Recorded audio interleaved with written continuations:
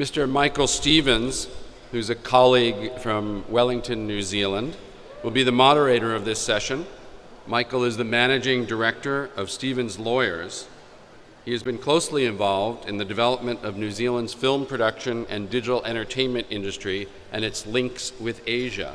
In fact, Michael was a co-producer of a film that was shot here in Hong Kong and in New Zealand that just recently premiered and will be distributed throughout Asia as well. Joining Michael on stage include Martin Baynton, Henry Fong, Pat Lee, and Robert May. Michael will introduce all of our panel presenters this morning. So good morning, Michael. Please take over. Thank you, Hal. Thank you. Right, kicking off. Cyberport Chairman Paul Chow, Cyberport CEO Herman Lamb, our friend, and the team of Cyberport, New Zealand Vice Consul Felicity Roxburgh. Ladies and gentlemen, and particularly the film and media students, welcome to this session. I'd really like to thank Cyberport for giving us the opportunity to chair and participate in this really talented panel we're about to have. Richard Chuan very aptly set the context in terms of where the trends are going. We're going to drill down a wee bit and look at some of the specifics of where the technology is taking us and the types of rapidly evolving new content and the way it's delivered.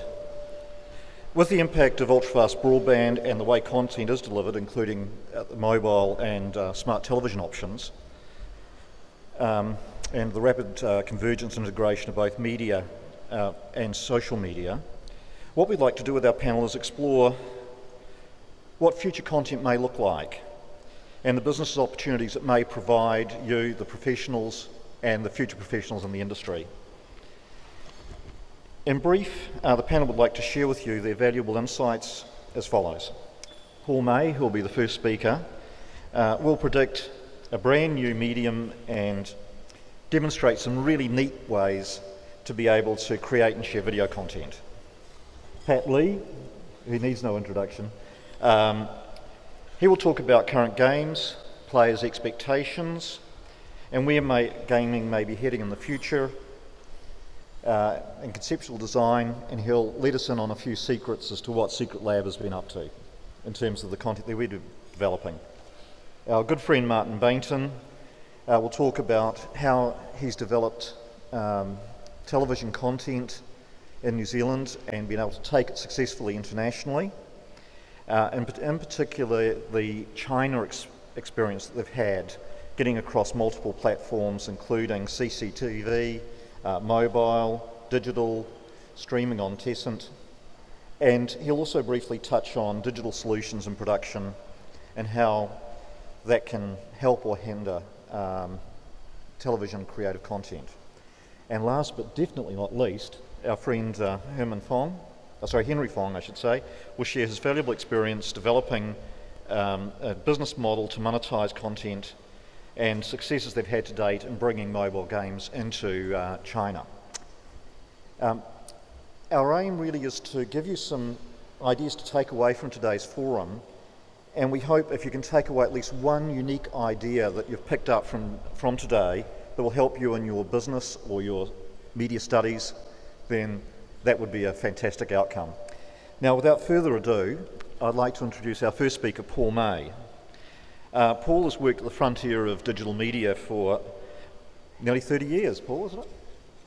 And he has been involved in developing the first interactive video travel guides.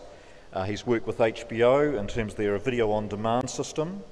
For the last 10 years, he's been involved in developing mobile avatars, and he is going to share with us some new ideas and new ways to create content, including the concept of Mesh World, which is looking at a future flooded with small digital cameras and amazing points of view.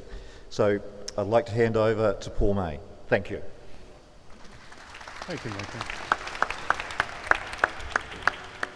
Thank you much for that kind introduction. I've decided to change my middle name to Paul. My first name is Robert May, and I'm very happy to have you here with us today. Before I begin, I'd be interested to find out how many people here are in the software side of the business. Software engineers, writing code. Show of hands? Good, okay. And then how about content creators? Last time I was here was a very strong attendance by content creators. Content creators? Indeed, okay. And then how about hardware and chip designers? Hardware chip designers, not so much, all right. And then finally, finance side, the finance, advertising, how do we pay for all of this? Yeah? Good, good. And how many of you are here to get out of the rain? So, I'd like to begin by echoing Michael's appreciation to Mr. Herman Lam, the CEO of Cyberport, and to the entire Cyberport team, David Chung, Winnie Wong, the entire team, my fellow panelists, and of course Hal Josephson, without whom this could not have happened. The presentation today I'd like to give is about technology, but I'd like to start with a story, a true story, about a boy and a bike. In about 2004, there was a young teenager in northern Scotland, very poor teenager, who had a dream that was amplified and made possible by the technology we're about to explore. His name was Danny McCaskill, and Danny had a skill that was about to catapult him into fame and a lot of money using the technologies we're about to learn about. As Michael mentioned, I've spent my career at the frontier of media and technology. I'm quite excited by these new opportunities. I believe we're at the cusp, at the forefront of a new kind of medium I'd like to introduce to you today. In the next 8 minutes, I hope we'll travel together to the future. And I invite you to listen closely, but also open your minds, open your imagination, and imagine with me some of the things that could happen from these technologies. My goal is that you come away with some new ideas. You come away with a head start over your competition, and hopefully some big profits. We'll tell the story in 3 chapters. The first, we'll look at the point of view camera phenomenon. Secondly, we'll look at new tools that are available to us, and some we'll need to invent. And then finally, we'll look at a new kind of entertainment that I call mesh world. The point of view camera space is exploding. There's a number of categories. These include things like CCTV, security cameras, dashboard cameras. Also some new emerging technologies like Google Glass, the small eyeglasses that stream video and report back what you're seeing. And then finally a category called action cameras. Probably the leader in the action camera space is a company called GoPro. How many of you know GoPro? Wow, that's impressive. That's impressive, very cool. GoPro cameras, oh, you know, I've got a headset on, I can't do this anymore. Oh, well. Well, GoPro cameras are now capable of recording and streaming 1080p video in real time wirelessly to a mobile device like an iPhone and an iPad. Phenomenal machines. Currently, GoPro have about 20% global market share. They're selling about 1 million units a year. There's about 1 video per minute being uploaded from GoPro to YouTube. Let's have a look and see what these things can do. You remember our young friend Danny McCaskill I mentioned a moment ago. So Danny and people like him are using these incredible action cameras to show the world what they can do, and they're beginning to take control over their financial future with these technologies. Danny went from obscurity to rich sponsorship deals with global advertisers like Red Bull, Leica, Volkswagen adverts, and finally in a feature film. Let's take a look at some of these channels.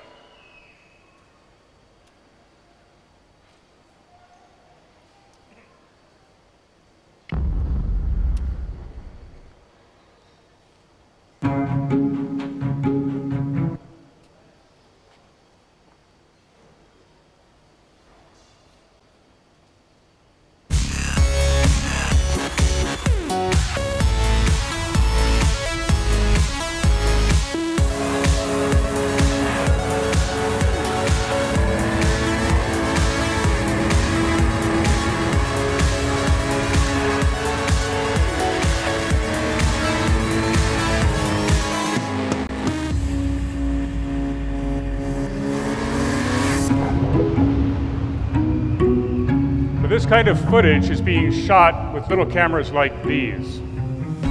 These cameras are getting cheaper, they're getting smaller, they're getting more powerful. There are some implications to how we consume media that I'd like to discuss with you. These cameras today stream wirelessly, as I said, to a mobile handset. Now, imagine a future where these cameras are tiny. They're embedded in actual sporting gear. They're everywhere. And they're streaming video simultaneously in a meshed format. This is the potential for Mesh World. What are the implications and how can we use this? Well, let's take a look at the old way. So the old way is a single point of view. We're riding our motorbike, say we're out on a Sunday morning ride to Stanley, and we have a single point of view. With Mesh World, it's going to be a different world. It's going to be a world where we actually have these little cameras embedded in our bike, on our friend's gear, on our gear. We're streaming all this wirelessly in real time in these immersive sensory experiences that our friends can experience with us and we can see later. That's the Mesh World experience. Some of the trends: multiple points of view cameras meshed together, simultaneous video streams over built-in Wi-Fi, and this is important, these cameras, like our mobiles, can record acceleration, GPS, attitude. So there's a lot of information these cameras are capable of giving us that will ignite new areas of entertainment and opportunity. So imagine the video game business with meshed video that's reporting telemetric data on our vertical descent, on our GPS, on our acceleration. Mesh World also means new ways to experience media. So we've talked about Danny and his mates, new revenue for performers, the way to unlock their skills and broadcast them into the world. There's another experience that's possible for spectators. Right now they're running the America's Cup preliminaries in my hometown of San Francisco. We can see on YouTube every day videos, linear videos, like the ones on the left here, of some of the America's Cup boats out for trials. You may have seen the footage of the 72 Oracle boat flipping end over end. Well, that video on the left is quite boring. It's traditional, we're used to it, it's nothing exciting. But the crew members on these boats are equipped with GoPro cameras embedded in their helmets, and they're recording in real time the actual scene of that boat flipping. So we're there on the boat, flipping with them, dropping down the net into the water. Completely different experience. And Red Bull is sponsoring these and able to associate their brand with a completely new entertainment experience. So, what are some of the opportunities for Mesh World for those of us in the audience today, for software developers, for content creators, for those designing the future social networks? Well, I don't know. But I'm hoping that when we all sit together as a panel and we listen to you, we can get some of your ideas, your thoughts, your insights, because we're here to learn as much from you as to share with you our experiences. I can show you one technology that we're working on today, because as you can imagine, this ability to stream multiple videos in real time changes the user experience. There's a company I've founded called Rings, and Rings has come up with a patented new system to organize massive amounts of video. I'll show it to you here today from an iPad. Says we gotta cut the card. You don't pay your bills. I pay my bills. Swipe it one more time. Nothing wrong with that card. Randy, go get a debit card. Sandy. Yep. Can we bring the audio down just a little bit, please? There we go. Thanks. So here we have many different channels of video. I can tap these channels to select a different source. I can stream video around this outside ring. Anything I see playing in the center, I'll double tap, it'll go full screen. And we can now mesh videos into this experience. We can drag and drop particular videos, so I can reorganize my experience. I can give priority to different points of view, so I'm dragging and dropping the arrangement of videos here and saving that off. I can share these rings, these collections of points of view, simultaneous points of view, in real time to my friends on Facebook or other social networks. If I see something that I like, I can press down, I can drag it, and I can pull it into collections that I can then make custom collections from. So for example, if I see, let's say, a bit of the film 300, and I happen to like this scene, with a simple press, I can drop this into a fantasy ring, and now that's collected for later. And here's my fantasy ring. So this ability for us to organize massive amounts of content in real time, multiple points of view, and share that socially is an important example of how Mesh World is changing how we think about media. If we could switch back to the PowerPoint, please. Thanks. Perfect. So to review, my belief is that the entertainment industry will be transformed by this new medium that I call Mesh World. It's a new way of experiencing action sports. It's a new way of experiencing life. Imagine a world where your tennis racket is embedded with cameras. Imagine a world where your tennis ball is embedded with cameras. You've got cameras on your head, cameras on your wrists, your mates. Everybody is seeing video in real time from novel points of view we've never been able to see before. So these kinds of characteristics make me very, very interested, very excited by this opportunity. It's leveraging the decreasing cost, the decreasing size of cameras. It's leveraging the increasing bandwidth and the increasing network performance. These trends are inexorable, and these trends are going to yield a new way of experiencing media. So for the last 30 years, as Michael said, I've had the opportunity to help some of the world's most successful media companies envision the future of entertainment. I think that today, you and we have an opportunity to work together, to invent this new future together, and to find a way to unlock the potential for thousands of new young superstars like Danny McCaskill. I'll be here all afternoon. If you'd like to talk about how Propel might help you, I'd be happy to do that. But first, let's hear from my fellow experts here and hear what exciting trends in digital technology they foresee. Michael? I'll introduce our next speaker, and then we'll have a wrap-up session afterwards, if that's okay. Yeah. Thank you. Thank you. Robert, thank you for your presentation. And thank you for welcoming Robert.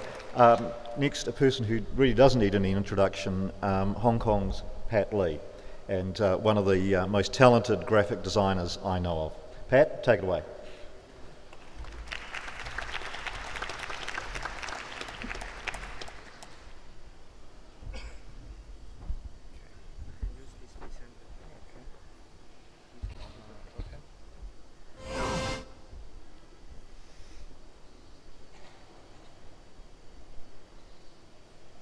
Hi everyone, thanks for having me here, Cyberport. It's a pleasure to be here to talk about gaming. I've been an avid gamer for most of my life, and I've been a conceptual designer and a comic book creator for the past 19 years. At SecretLab, we develop intellectual property of all kinds. Had an opportunity to work on Transformers for 4 years, Batman, Superman, Spider-Man, etc. And during that time, my break time, whatever time I have, I'm playing video games. And when I was very young, 20 somewhat years ago, longer, I was playing, I went over to my aunt's house and I saw an Atari machine.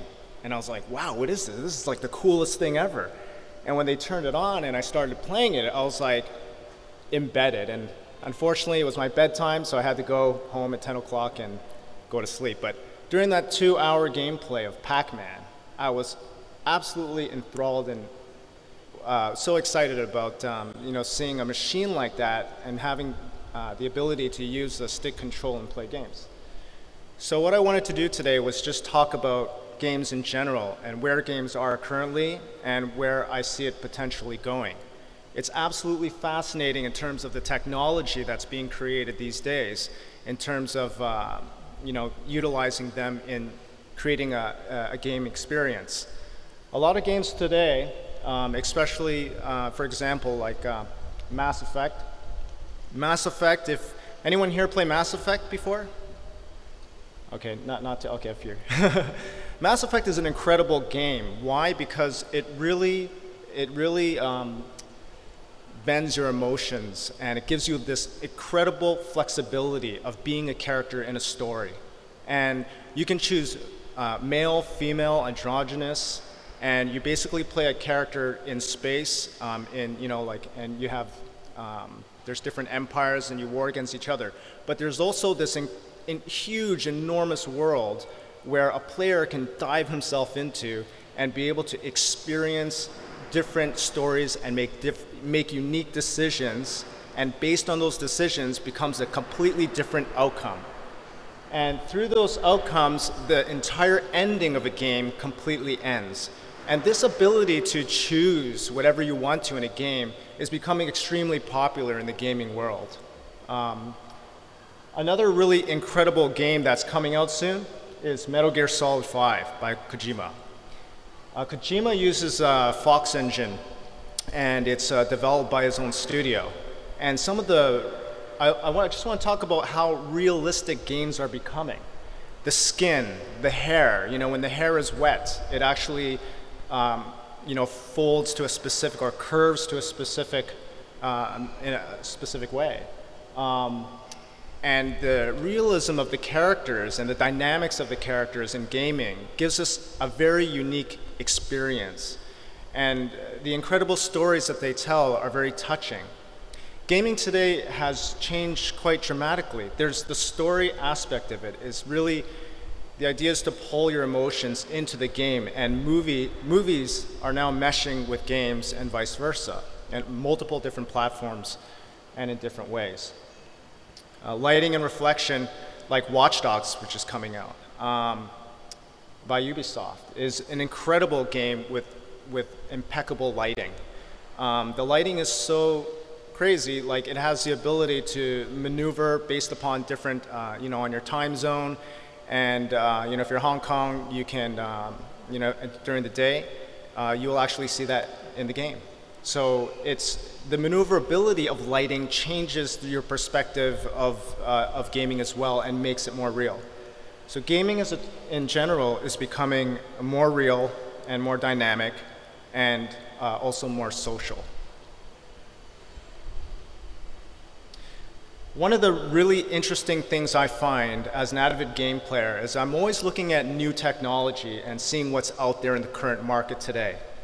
Of course, as a creative individual, I've got all these really cool ideas of what gaming could be like. But let's talk a little bit about what gaming has today to offer and what is being worked on.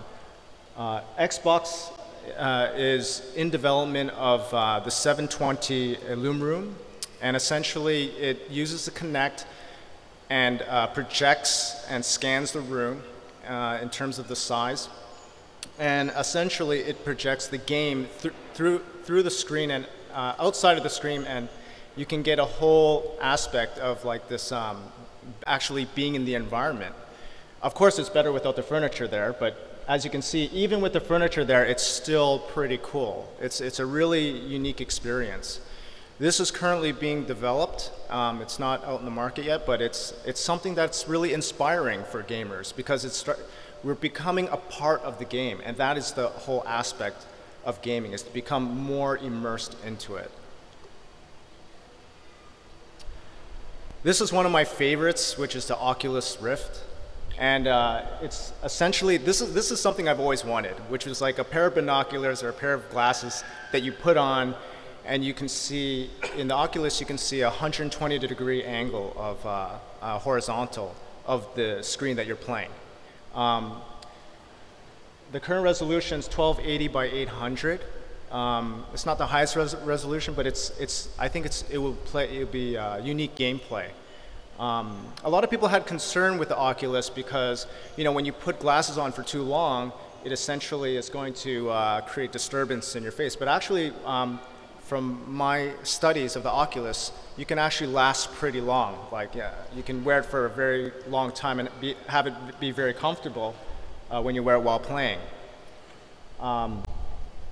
And essentially, they had it on Kickstarter and they raised about $2.4 million. And that's really exciting for gamers because we've all, as gaming fans, we've always wanted to have this type of aspect in gameplay. And it's definitely propelling us to the near future of gaming experience. Everyone's seen a lot of you have seen the Emotive Epoch. And the reason why I want to talk about this, and I know that it's been out there for a few years now, but I think that this is such an incredible concept that if used properly in gaming, it could really change everything. Not just mobile gaming, but PS3, Xbox, and in terms of even choosing your own channels on television and so forth. So the Epoch essentially, if you don't know what it is, it essentially reads your brain waves and it controls, it reflects on screen like your emotions and and it applies that to the television. So you can actually move things on the TV based on just brain waves alone. This is still in its infant stage, I believe, but I think like in the next 8 to 10 years, we'll be able to see this in actual PS3, Xbox type of gaming. And if we can do that and actually move in that kind of reality just with our mind alone, that's going to diversify and change gaming as a whole. One thing that I'm really excited about is the Razer Edge Pro. The Razer Edge Pro is created by Razer, and Razer is unique, is an interesting company that developed really solid gaming mouse. But these days, they've been really concentrating heavily on creating tablets and so forth for gameplay. The thing about PC gaming is that it takes a lot of memory, and when you play the game, tablets don't necessarily have the capacity to, to drive the engines that gaming has. So having a game like Razer Edge, if you're a very serious gamer, it is expensive, but it's portable, it's quick, and it's interchangeable. So you can take a screen and plop it on your controller, or if you're old school and you need to bring controllers in, you can plug it away. And it serves pretty well as a laptop as well. And I think that interchangeability in gaming is very important too, because people don't usually like to just sit at home and play with the controller. A lot of people are on the move and on the plane or on the go, and they want to bring their Metal Gear Solid or their Mass Effect with them. And the more portable it is, the better. And obviously, as we've all discussed, portability is going to be a big thing in the next coming future. So I just wanted to talk a little bit about some of the gaming, some of the ideas I've personally generated. Understanding all this technology really changes a concept designer's perspective on how games are created, because we have to think about lighting, we have to think about textures, we have to think about the maneuverability in a character design or in when you're designing a platform or area. So essentially, even from a concept design perspective, when we see all these really cool, high-end concepts that are helping us have more playability in gaming and all this technology, we have to also take that understanding and use that into our concept as well. So concept design there's higher expectations in concept designers now. We have to be more realistic. We have to have a better understanding of the technology. We have to be able to apply that to the technology with our other creative members. So this is a piece that I did. It's actually for an art book that I'm creating, and it's really exciting to do these type of concept designs. Here's another piece that I did. Again, there's a lot of texture and quality, and it's just another piece that we're doing. And we're really excited to be able to, we're launching in China, SecretLab. We're producing a game called Alien Strike, which is a social game. And the whole idea is essentially you are trying to save the planet from aliens, from 12 different breeds of aliens. And you work with your Facebook friends to stop the alien threat. And you can trade weapons and so forth. And it was a really exciting project. We developed essentially about 600 to 700 assets for the game in a period of 3 months with a small team. And essentially, a majority of the work is still done in Photoshop. Photoshop is an extremely incredible program. There's obviously a multitude of different types of programs for painting and for creative. But still, most today, people use Photoshop for quick rendering. And that's it. That's all I have to say. Thank you.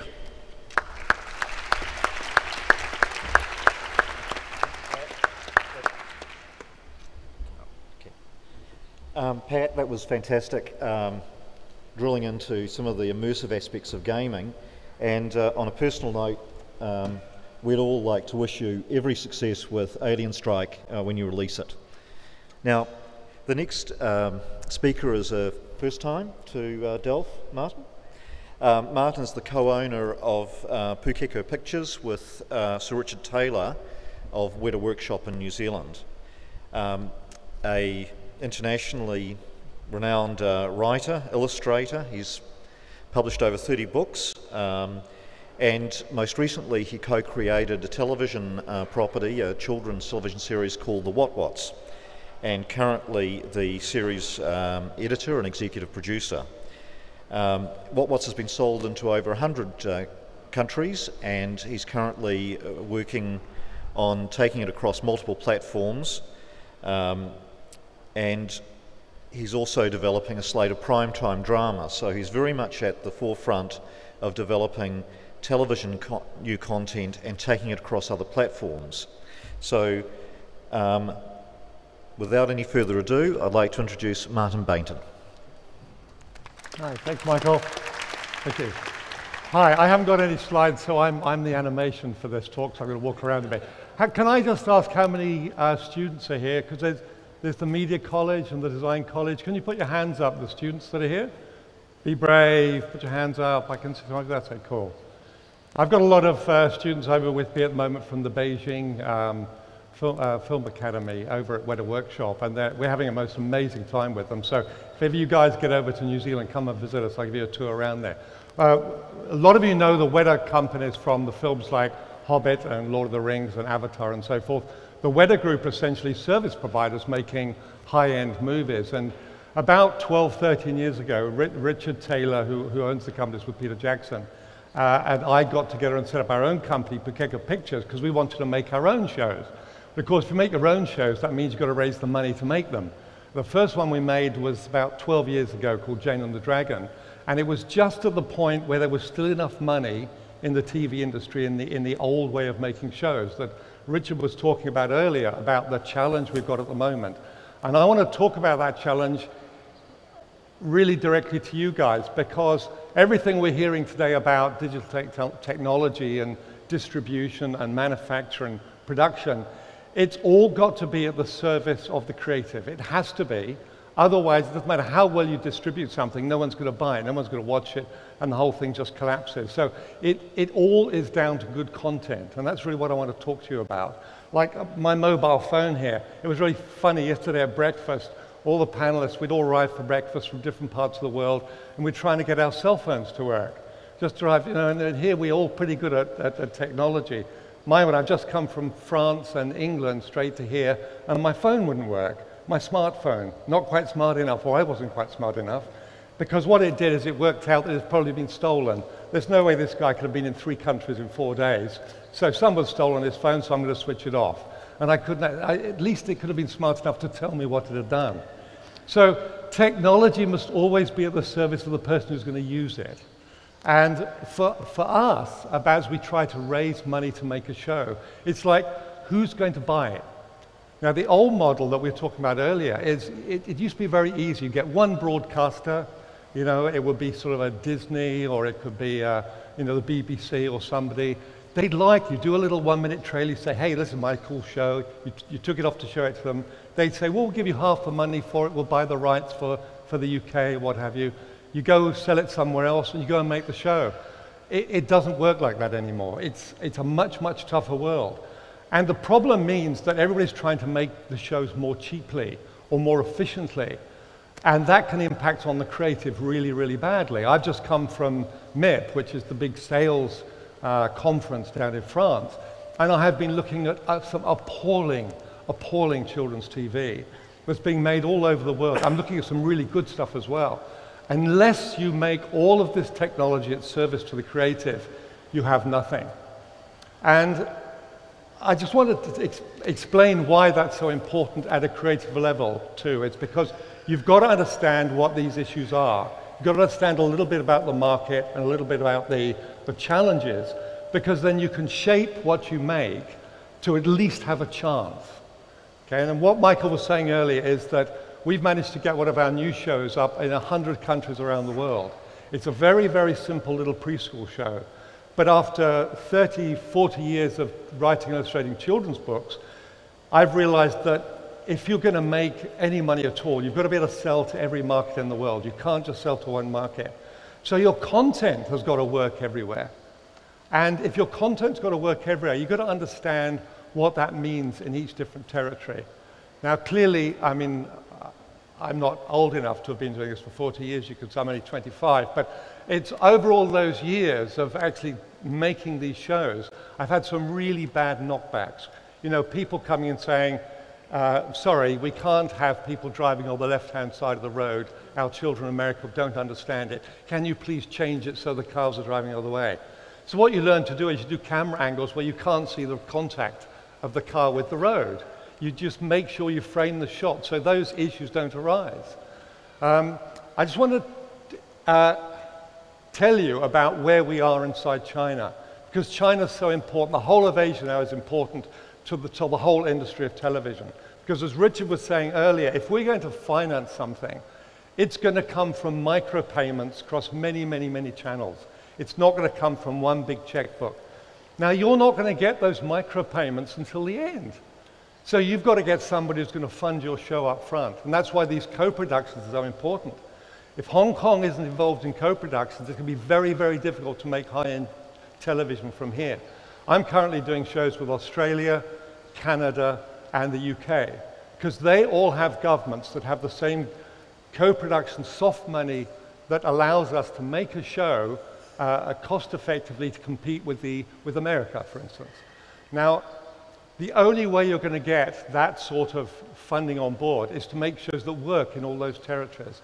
Hong Kong needs to, if it wants to really, really get its young people operating in this field, you've got to try and sign up to these co-production treaties so you can work with all the major co-production treaties in the world to make this stuff. Our latest show, The What-What's, as Michael was saying, we've just sold it to over 100 countries. China was the really big one for us. China is so, so important because China is almost leading the charge in the diverse ways it's actually viewing content. And I just scribbled down a few of the channels and so forth, because these micropayments, they're tiny, but you get micropayments from millions and millions of people. They add up. So the What-What's is available. It's What-What's a little preschool show. And it's on terrestrial CCTV on Channel 11. CCTV has a reach of 1/10 of the population of China. We're on satellite TV, we're on Jia Cartoon, which has a reach of 300 million. We're on Kaku, which has a reach of 600 million. We're on mobile TV with China Telecom that has 13 million subscribers. We're with IPTV channels, YouBaby TV, which has a reach of 10 million, Top Baby TV, Best TV, and we do streaming on the web with Tencent. Now, so the viewers are in the many, many, many millions. Now, you can't get that in the rest of the world in different territories There's only 4 million people that live in New Zealand, 4 million. If all of them watched my show every day and paid me for it, I still wouldn't have enough money to make the show. So you have to know at a creative level who your audience is and how you're going to deliver to them. We did lots of, and you don't have to restrict your creative. You've just got to know what the sample is you're working with and work inside that. And hopefully some of the questions you'll ask as we have our panel discussion too will talk to me about that. And I'm going to be around for the rest of the afternoon. I'd love you to come up and say hi to me, ask me anything, because obviously it's such a big area, but there's not enough time here for me to go on about it now. But creative, creative, creative. If you don't make a great show, no one's going to watch it. You won't get your money back, and neither will your investors. Your investors want to know how cheaply you can make it. Tell them you're going to make the best possible show you can for the money, and then just try and get as much money out of them as you possibly can. Thank you.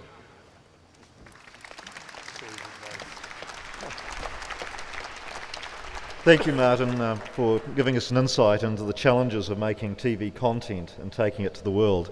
Our final speaker, definitely last but not least, is Henry Fong.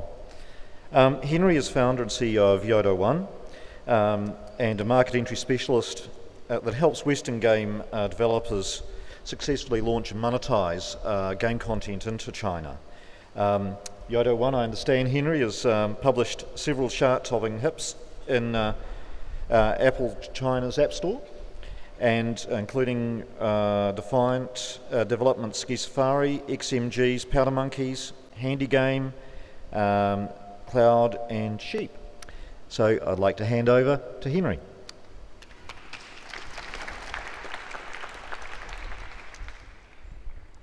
Good morning, everyone. So actually, if you look on the program, there's a CN next to my name, but that's not quite true. I'm actually from Hong Kong. The business is in China. It's in Beijing. We've got about 120 people. I actually remember about a year ago, I was filling out the form on Cyberport's website, applying for a 100,000 Hong Kong dollar grant. We didn't get it. So Yodo One's a pretty young company. We only started less than 16 months ago. We had about half a dozen people trying to find a business model, trying to create a new company. We've been very fortunate. We've grown in the last 16 months into one of the leading monetization and distribution platforms in China for smartphone gaming. At last count, we have about 30 million active gamers inside of the China market, and we're growing at about 6 million a month. So before I kick off the presentation and go into my next session, we've got some great content creators that are presented today, right? A lot of very innovative people creating new technologies and new ways for people to create and consume content. Yodo One is a little bit of a different kind of company. So we help these innovative content creators monetize that content. And in particular, we help them monetize that content in China. I've been asked many times, why do you have such a weird business model, right? Why so specific? Western games going into the China market, smartphones only. And Yodo One's actually my fourth startup. So I've made a lot of mistakes, and there's a few things that I like to share with a lot of young people, and I'm sure there's a lot of budding entrepreneurs out there. But first thing, you gotta be passionate about what you do. Second thing, there's gonna be a huge market if you're gonna start a new company, or you're gonna fail, right? And the third thing is, what's your competitive advantage? So, in terms of passion, I've been a gamer for 30 years, and being from Hong Kong, I love making money. So that's why I kind of built a business model around helping people make money, right? So that drives my passion for Yodo One. And if you're looking at a huge market, I'm going to share some stats with you, but 1.4 billion people right across the border from you. So Hong Kong is uniquely positioned, right? And Hong Kong entrepreneurs in particular are uniquely positioned to bridge the gap between Western cultures and Chinese cultures, and hopefully make a lot of money while you're doing it. So without further ado, I'm going to jump into the content. Okay, those numbers that I was promising you, 500 million. That's the number of smartphones projected to be deployed in China this year. Okay? I actually did a panel presentation at South by Southwest a month ago. And when we were coming up with a topic for the panel presentation, this was probably back 3 months ago, we called it 200 million reasons to deploy your apps in China. By the time I got to Austin, Texas, we had to revise the title to 500 million reasons to deploy your app in China. So it's a market that has huge and tremendous growth. And if you look at the stats on the slide there, basically by many, many different measures, number of app sessions, number of devices deployed, number of active users, China is already the largest smartphone market in the world. Okay, so it's the largest now, but where is it going, right? There are a lot of markets where China is already the #1, right? But look at the growth trajectory, right? Since December 2011 and projected December 2013, from 80 million smartphone devices to 500 million. The gaming revenue for smartphones, from $270 million US market at the end of 2011, projected to be $1.2 billion, okay, by the end of 2013. Massive growth rates. Very rarely do you find one of the largest markets in the world growing at one of the fastest paces in the world. That's kind of why we're in the market. Okay, games, smartphone games as a next generation content delivery vehicle. Who's played Angry Birds or Talking Tom? Okay, I got the most hands up of anyone so far. So we're all gamers now, right? So with smartphone gaming, it's really brought gaming to the mass market. People that never played games before, right? You know, people unlike Pat and myself who sit in front of a PC for 16 hours a day, you know, whacking at what we call hardcore games. Games has commoditized. It's become mass market. So how do you build the next Angry Birds and Outfit 7? And we actually know the Rovio and Outfit 7 guys really well. They don't actually view themselves anymore as a gaming company. And particularly in China, a lot of their revenue is not derived from gaming. Let's take a look at how they make their money. Entertainment. Rovio has just announced that Angry Birds the movie is coming out, I think it was 2016, so we've got a few years yet. But they've already got theme parks. They've got way too many toys, merchandise, bags. Outfit 7 has a Disney animated webisode, and they're also coming out with a lot of merchandise. Okay, so for all you budding entrepreneurs out there that are looking to create gaming content for the smartphone, what do you do if you don't have what they have? Okay, so before you get to 1.7 billion downloads worldwide, and before you own your own theme park, before you have Disney produce animated cartoons and stuffed toy lines, learn to make money from gaming, right? Core business, do your core business well. So Rovio, Outfit 7, all of these big brands that you all know, they only got to where they are now because they focused on their core business and did it really, really, really well. And they were not one-hit wonders, right? Rovio did 50 games before they came upon the Angry Birds franchise. And they bet big on turning that one game into a complete entertainment franchise. So there is a quote that I'm going to steal from Reid Hoffman, the founder of LinkedIn. Okay? And that quote is, winning requires more than just building superior product. Okay?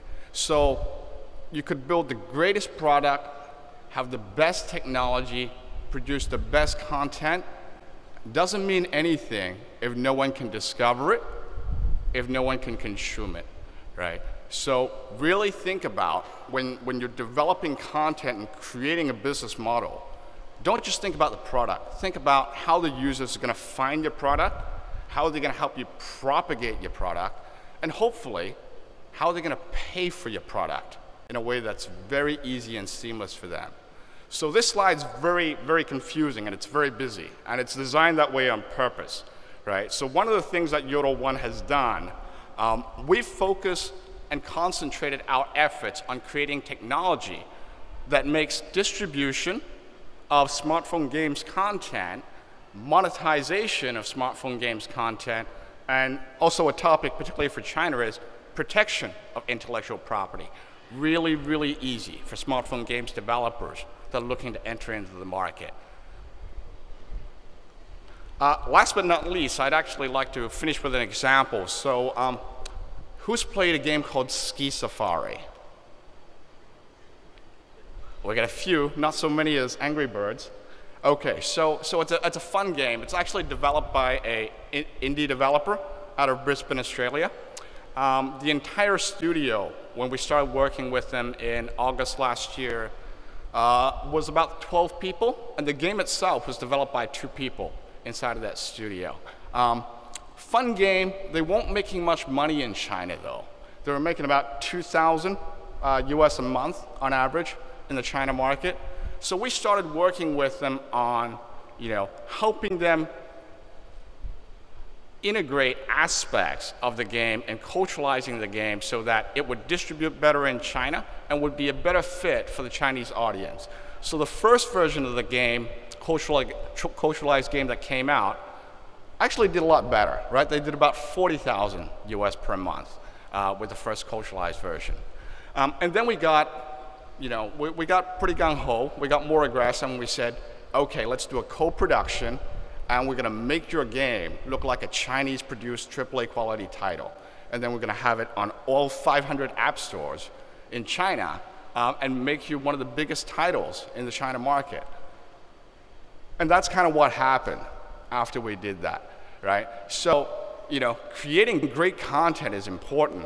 Knowing how to monetize that content, right? And learning the distribution channels, the culturalization aspects, the right payment efforts, it could mean that you make 225 times more money than if you just threw your content out there. More is coming. We're actually turning it into, the content here, for those familiar with the original game, the left-hand side character, the panda, used to be a yeti. We call that a taonima. It's actually an alpaca llama, but a very popular animal in China. That used to be a, I actually don't remember what that is. I think it was a camel. Oh, actually, that was a jet ski. And then we've got the gamqin, guaya, okay? So we're producing a lot more content, and actually one of the highest votes of confidence for us is that we get a lot of reviews on the iTunes store and on the Android app stores, and they keep telling us that this is the best Chinese-produced game ever. And they don't even realize it's a Western game they're playing. That's it for me. Thank you very much.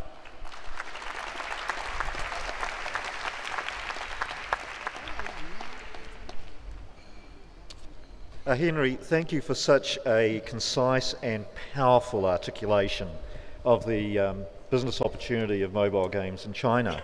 Now, I have a profound vote of gratitude for all our speakers because they've kept to time, which means we now have about 20 minutes odd for questions, and I'd like to now throw it open to the floor. I think there are some mics that are floating around for questions to the panellists. And please don't hold back, and we're really, really interested in hearing, particularly from the film and media students who are here today. So you've got a wonderful array of talent here. May we have your questions, please?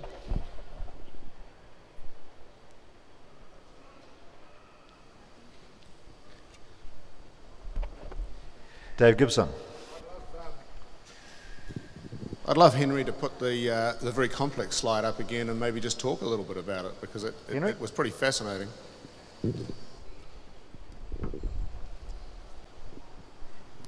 Hello? Okay, can we get that slide up again, please? I think back 2 or 3 slides. Yep, that one. Next one. Okay, so I'm going to have to turn around. Oh, I can see it there. Okay, so if you look at this slide, when you have a mobile game, there are really two things that really matter for mobile games developers, and this is worldwide, it's not just in China. One is monetization, two is distribution, right? In Western markets, it's fairly easy because discovery, download, and payment, it's all basically consolidated inside of 3 app stores: Google Play, Apple, and Amazon. You bring that to China, in terms of discovery, there are over 500 app stores in China. So which one do you work with? In terms of payment methods, there are several dozen different payment methods, right? The larger and more popular, Alipay, Tenpay, carrier billing through China Mobile, China Telecom, China Unicom, and then there's custom payment gateways for the top 20 app stores as well. Ad networks. So all of the ad networks that are popular in Western markets, and particularly the big ones like InMobi, AdMob, they don't really work in China either. So you're working with probably at least 1 or 2 dozen ad networks as well. So when you're a Western game developer, or actually any non-Chinese game developer trying to tap into that market, it's probably going to take you 2 years to learn all of these players, learn to integrate with them, and try to build a relationship and business model. And that's why we've kind of focused on creating a technology SDK and a business framework that black boxes this ecosystem. So, for example, with the app stores, you're plugging out distribution SDK, and we just manage the distribution for you, right? For social networks, right, instead of integrating with Facebook or Twitter, you're plugging out social networking SDK, and it breaks open QQ, Sina Weibo, Tencent Weibo. You're plugging out Ad Federation SDK, it breaks open about a dozen different ad networks, et cetera. So, I mean, our goal is really to make commercialization of smartphone content in China much, much easier than it has been in the past. Thank you, Henry. And just a quick question from me before we move on. Do you find that Western games in China have a life cycle in terms of their popularity? Actually, it's not Western games. It's mobile games in general. I think the life cycle is a lot shorter, right? So back in the days when Pat and I were young, you know, you'd play a game for months, literally, right? We paid $50 for it. You know, we're going to get our money's worth out of it, right? But with mobile gaming, right, it's a $1 download or sometimes free download, and there's so much choice. Over 400,000 apps on iTunes alone, right? So that 24-hour rule that, and 90-minute rule that Richard was talking about before, you're really fighting for the attention of mobile consumers right now, right? So the cycle of a typical mobile game, less than a month. So you really need a lot of users, and you need to be able to, you know, monetize those users quickly if you want to stay in business. And just one last follow-up question. How do you get those new games in front of the mobile users? Good question. Pretty complex, but you know, again, it's about discovery. It's about distribution reach. In Apple's iTunes Store, for example, the best way to get your game discovered is getting it featured by Apple. Pretty hard to do.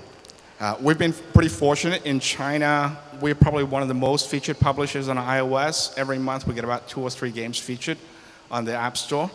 But then what about the other 500 app stores? So it's a lot of business infrastructure that needs to be built as well. So we have a team of people that work with all of the major app stores in China on a weekly basis, basically showing them and promoting our game titles and making sure we get feature spots. Feature spots are the best way to do it. And then there are a lot of other accessory technologies, so ad networks, cross-promotional networks. For example, we've got our own cross-promotion technology inside of every game that we publish. There's about 6 different spots where we cross-promote our other games and drive downloads. But you know, that only works when you have scale, right? So we can drive about 30 million cross-promotional spots per day. And it only works when you have that kind of impact. So, thank you. Another question, please. I'm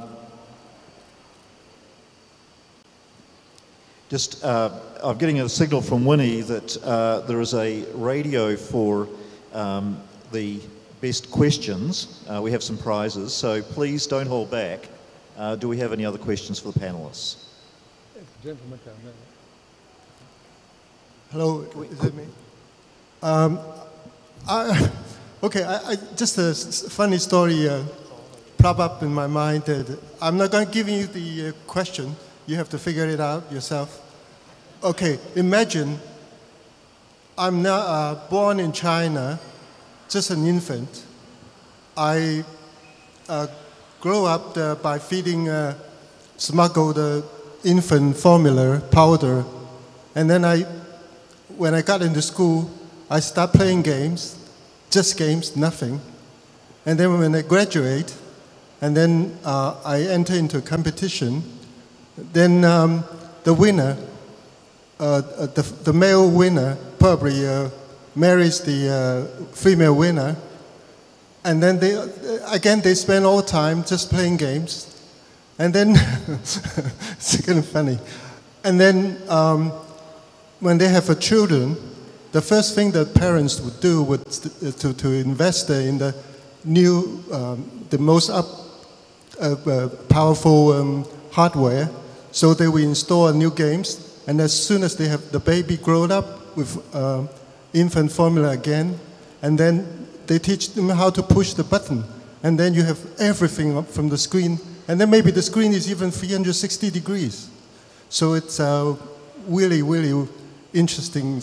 And how would you gentlemen think, would that be our future, or I don't know? I don't have the question, but you can just think of any questions you like.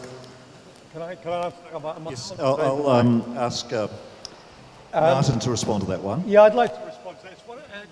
I think what I'm hearing is there is definitely a pushback from parents about having children wired very, very early to a world where they're getting all their entertainment from an iPad and so forth. And I think one of the exciting things that's happening, actually one of the really good things that's happening in TV and film and gaming. Is that better if I do that? One of the exciting things that's happening is is the same that's happened in the music industry.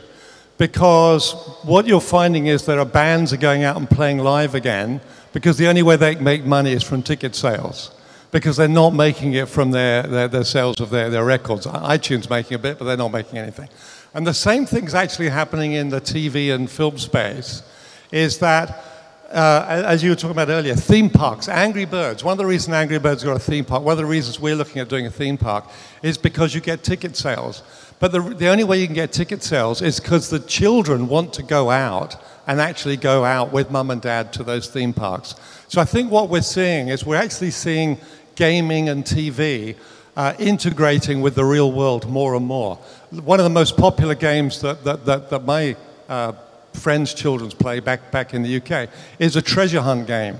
And the whole point of that game is that you bury things around your garden, you use the iPad to try and find them, and it's a big exploratory game. And more parents are asking exactly the same question you are. And technology needs to find a way to get us out and about, playing with our kids, doing stuff with them. And certainly on a brand level, if you want the parents to fall in love with your TV show, the last thing you want to do is have the children wanting to sit at home playing that show all day long. You want to get them out there. And as parents, we all want the same thing. So I think you're highlighting an issue of technology that we're all dealing with, and it's up to the parents to keep us all honest and keep us on game.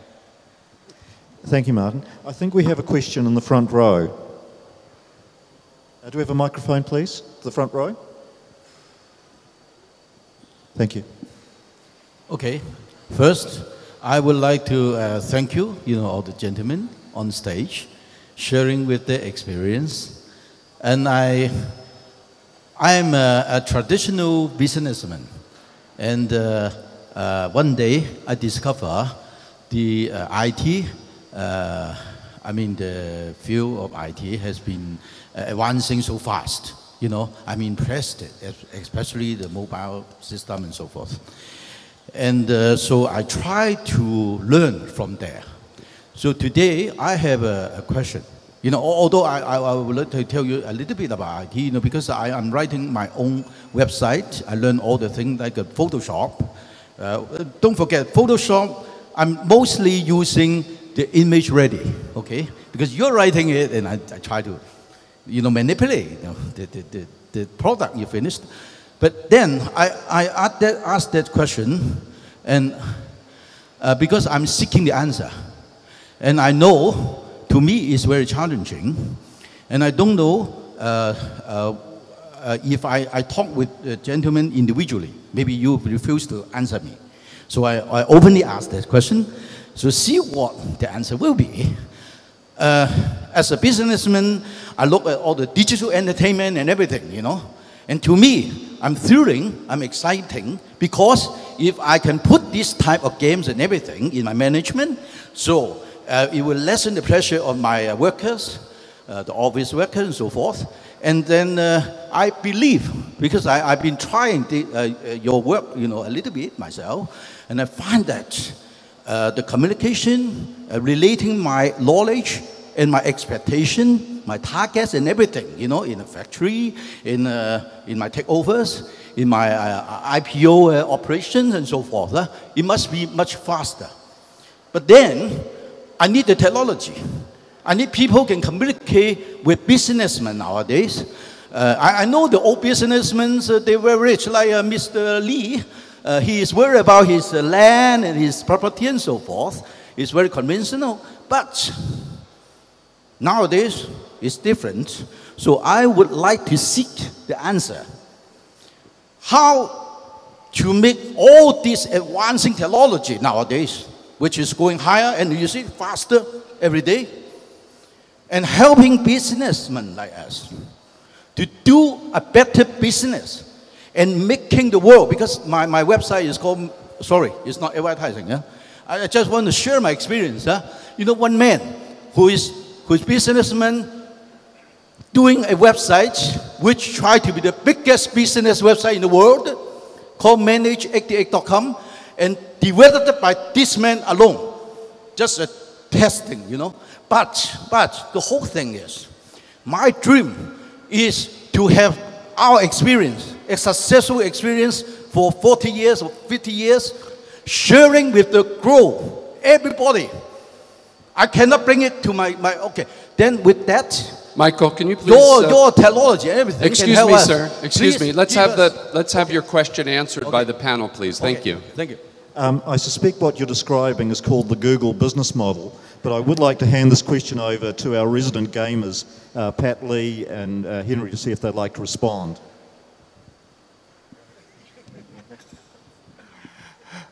So I think helping businesses solve problems, that's kind of what Yoda One does. But we help content developers, right? Gamers. People that have content that they've created, they need to get to market, they need to distribute, they need to monetize. We solve a very specific problem for a very targeted audience. I think the gentleman looks like you have a challenge automating your system development. And I think there are a lot of enterprise software solutions companies that could provide solutions to help you win your challenges. Well, I just think there's a lot of really basic structured sites that help build websites, that help, you know, if you look at something as simple as Skype, you know, I mean, it's a great resolution to, you know, to communicate and do business outside, you know, to where you are, instead of, before we used to make phone calls, which were extremely expensive, and now Skype is for free. There's, you know, things are becoming more easier, and using technology now, we're able to go directly into the program, into the website, create a website for free, and it's very touch, you know, it's just one click here, one click there. You know, if you're blogging, you know, you can go to blogger.com, and you can easily create a blog for, you know, within 10 to 15 minutes. So everything seems like it's becoming so much more simple, and even to be honest, even from a graphic design perspective, I mean, you can go online and you can find a lot of graphics, icons, things that you can apply to your website, There's a lot of designers that are having some difficulties in trying to also find work as well, because, you know, on web, there's just so many assets that people are loaning to for very, you know, low cost. And it's an incredible market out there in terms of there's so many different websites that you can go to create such to get resources. Exactly. I think Martin would like to jump in on this one as well. Yeah, I was picking up a slightly different piece I'd like to respond to, because I think there's something very important in what I know is a very long question. I'm picking out a single piece of it, but we're actually getting a divide between the younger generation, these wonderful guys here on my left particularly, you know, and very, very young children, and smart mums and dads with very young children who are very savvy about the technology, and an older generation who are struggling to understand the technology. And technology must be at the service of all of us, and anybody who can find something that actually unites that divide. I want to give you an example of that, because it's slightly different from what you're saying. My father's still alive. He's 94. And he lives online. The reason he lives online is he wants to have a relationship with all his great-grandchildren. And there are some wonderful tools out there, particularly in the area of children's stuff. Imagine, and you go and find those many different versions of this, you don't need to understand the technology to engage with it. It just has to deliver what you need. Find the one that works for you. Here's an amazing, there's several versions out there, so I won't tell you. But you can Skype your grandchildren with an app where you can read a story to them anywhere in the world. So you could be living on another country, in another time zone. They can sit down with you in their bed in America. You're here in Hong Kong. You can read a story. They can see you reading the story in a little picture. You can see them. You can turn the page of the storybook, just like an old story. It's a piece of technology that is just taking something that's very, very important and meaningful. Grandparents reading stories to their grandchildren. Technology can simply do that for us and engage our community. Technology must be at the service of us culturally, or it's a failure. Can I just add one quick thing? Hello? Yeah, I just want to tell you a very quick story. I'll keep it very short. But my mother actually never really used any kind of technology. She had some issues just, you know, using the remote control for her TV. And, you know, my sister had bought her an iPhone, and she's like, what am I going to do with this? I don't know how to use this phone, because she's used to just, you know, pressing the buttons and just making a phone call. But then she realized after using it I kept trying to convince her, like, Mom, just get an iPhone. It's like such a simple product to use. Finally, I convinced her, and you know, she started using it, and she was just from there, she started using the iPhone, then she started to check her emails, and then she started to go online to do her own research, to use Skype and all these different other programs that are very simple. And I think the one thing is just take a step by step, you know, learn the stuff that you're comfortable with, and then just, you know, keep progressing. Yeah. Thank you, Pat. I think we've got time for 2 more questions, and I know there's a question in the second row over here. Thank you, Michael. With the sort of diverse distribution networks and the diverse forms of raising capital for these businesses, I wonder if your industries are recession-proof, or whether or not they face the same crunches on credit that other entertainment industries have seen. Robert, would you like to lead off on this one? Thanks very much. So the question was, if I understand you correctly, in this recession-ravaged economic environment, are the business risks for creative and technology companies focused on technology insulated from those problems, those debt problems? I think that probably the biggest difference that I've seen in the last 5 years with respect to startups, and I've been involved with 10 startups to date, is the rise of crowdsourced capital. So I think Henry mentioned Kickstarter, and Kickstarter, if you don't know, is a website where an entrepreneur with an idea can go, post the idea, and literally solicit capital from individuals on the web. Very small amounts of money that in aggregate can total to 2.4 million. I'm sorry, it was actually you, Pat. You mentioned the Oculus product. So a couple of trends are interesting there. One is that these kinds of offerings to individuals used to be under securities and exchange laws and very highly regulated. Now, at least in the US, these are coming down so that in fact, consumers can invest money in small companies and do so freely. And I think that's a very, very exciting opportunity and possibility. The other thing that's happening, and one of the things that I stressed in my presentation, is this opportunity for sponsorship. So more and more, and the gentleman here in the front row was asking about how to accelerate business. I think that one of the things that's traditionally very important in Hong Kong and China is reputation. And what technology enables us to do today is to establish reputation through things like social networks, through things like sponsorship, associations with trusted brand ambassadors. So people like Danny McCaskill become a brand ambassador for creativity and skill that associates itself with the Volkswagen brand. So taking technology and leveraging it in ways that are insulated from the credit crunch, I think, are the way that business is being done today and the way that capital is being raised today, and businesses are accelerating their growth. Would anyone else like to jump in on that question? Henry? Yeah, just very quickly, I think our business, you know, for all of us, digital entertainment, digital games, it's very flexible. It's really about business agility.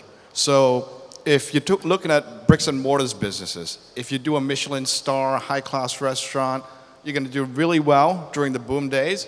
But when a recession hits, you can't convert into a family-style, very cheap diner restaurant very easily. With digital content and digital entertainment, because most of our infrastructure is virtual and in the cloud, when economic situations change, when the tastes of our consumers and users change, we need to adapt and change very quickly with that.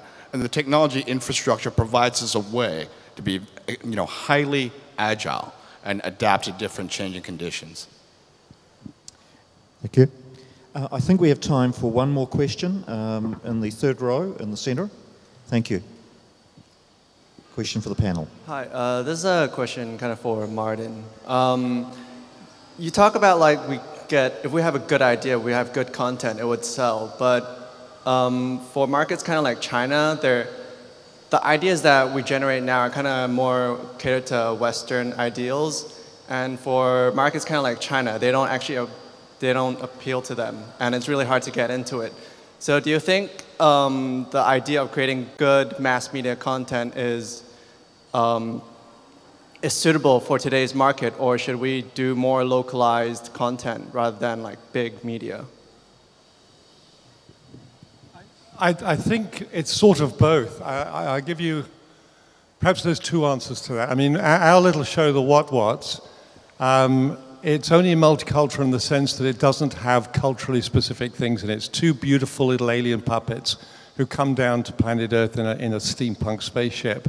And so there's no first world American bedrooms and toys. There's nobody driving on the wrong side of the road. You know, it's just, they even speak an alien language. What all cultures have in common is values. You know, so if the characters behave with values that we all care about, we care about these characters, that will transcend all cultural boundaries. But in terms of where, as individuals, where you should place it, it's experimental. It's totally experimental. You don't know what's going to break, so you can't actually be sure. So what you may not realize is that players all around the world, we watch YouTube a lot. And we watch YouTube for the young, cool stuff that people are making all around the world. And we pass it around and say, have you seen this? Have you seen that? What's amazing now is the tools to make a 1 or 2 minute amazing piece of video are the tools that everybody's got in their bedroom. You know, it doesn't cost much for the software.